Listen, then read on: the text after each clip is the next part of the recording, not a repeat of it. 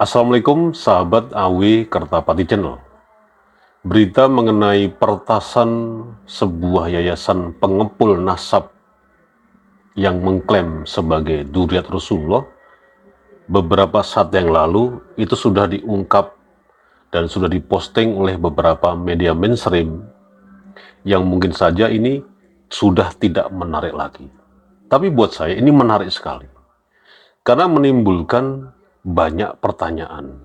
Ketika kita bandingkan dengan kasus yang sama, meskipun beda atau lembaga atau institusi yang bukan membahas tentang nasab. Nah, di mana letak menariknya dan di mana letak perbedaannya dan bagaimana, kenapa menimbulkan pertanyaan-pertanyaan? Oke, kita mulai. Meskipun kasus ini sudah ditangani oleh pihak yang berwenang atau pihak polisi, bagaimana yayasan pengepul nasab yang mengklaim tersambung dengan Dzurriyyah Rasulullah ini, intinya udah masuk ke kepolisian gitu loh, udah masuk ke kepolisian, diproses, bla bla bla dan lain sebagainya. Ada beberapa pertanyaan yang menggelitik di sini. Yang pertama, kan persoalan nasab ini sepertinya sudah selesai.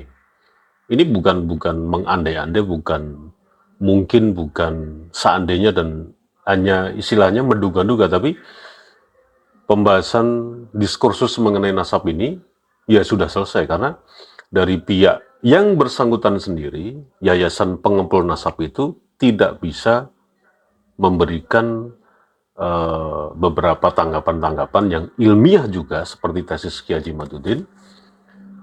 Namun muhibin-muhibinnya yang diajukan dan muhibinnya pun juga tidak terlalu paham dengan persoalan yang sebenarnya mengenai nasab klan Balawi yang mengklaim tersambung kepada Dzurriyyah Rasulullah ini.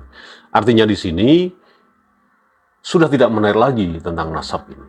Tapi kenapa kok orang dengan gegabahnya, dengan tidak ketelitiannya, itu masih mau mendapatkan gelar seperti yang kita sudah tahu bersama lah. Orang ketika melihat nasab yang tersambung dengan Dzurriyyah Rasulullah dibuktikan dengan paspor atau sertifikat itu, dia merasa ya punya kebanggaan tersendiri. Artinya di sini kita nggak usah nyebrang membahas mengenai ini portal siapa, ini peretasan, ini dan sebagainya. Kenapa orang masih bodoh dengan penipuan-penipuan lewat media sosial? Yang kita tahu persis banyak sekali penipuan-penipuan tentang hal yang serupa yang seperti ini. Dan itu jelas-jelas bukan soal mendapatkan sertifikasi pengakuan mempunyai nasab Dzurriyyah Rasulullah. Ini murni penipuan untuk mencari keuntungan dan merugikan yang ditipunya atau yang sebagai korbannya. Kerugian secara finansial. Ini satu pertanyaan. Jadi sudah tidak menarik lagi nasab dibahas ini, sudah memang selesai, tapi orang kenapa masih tertarik mendapatkan sertifikasi untuk pengakuan mempunyai nasab Dzurriyyah Rasulullah di era sekarang ini loh, era modern seperti ini. Yang kedua,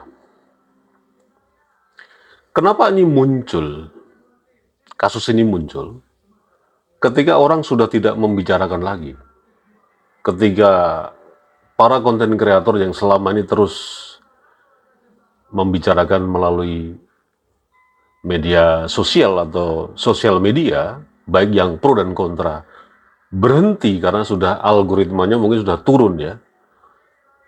Ini kok muncul kasus ini, dan ini sudah banyak jejak digitalnya. Sebelum ada peretasan memalsukan, mengkloning sebuah website, lembaga untuk mencari keuntungan, ini sudah muncul penipuan-penipuan yang serupa untuk hanya sekedar minta pengakuan bahwa nasabnya ini tersambung kepada Dzurriyyah Rasulullah. Yang kedua. Yang ketiga, kenapa tidak diungkap oleh pihak yang berwajib ketika ada salah satu modus operandi bahwa sertifikat itu bisa dipalsukan, bisa digandakan tanpa sepengetahuan yayasan yang bersangkutan. Meskipun tanpa delik aduan. Kenapa nggak dimunculkan orang yang jelas-jelas menipu kepada salah satu korban atau lebih dari 1, 2, 3, bukan melalui media sosial atau melalui website yang dikloning dan sebagainya, tapi langsung mengatasnamakan yayasan tersebut yang bisa mengeluarkan sertifikasi nasab tapi palsu gitu loh. Kenapa tidak diungkap itu? Itu 3 pertanyaan yang menggelitik di mungkin saja para netizen, para subscriber dari AW Kertapati Channel. Kemudian yang menarik adalah, coba kalau kita bandingkan dengan kasus yang serupa namun temanya berbeda.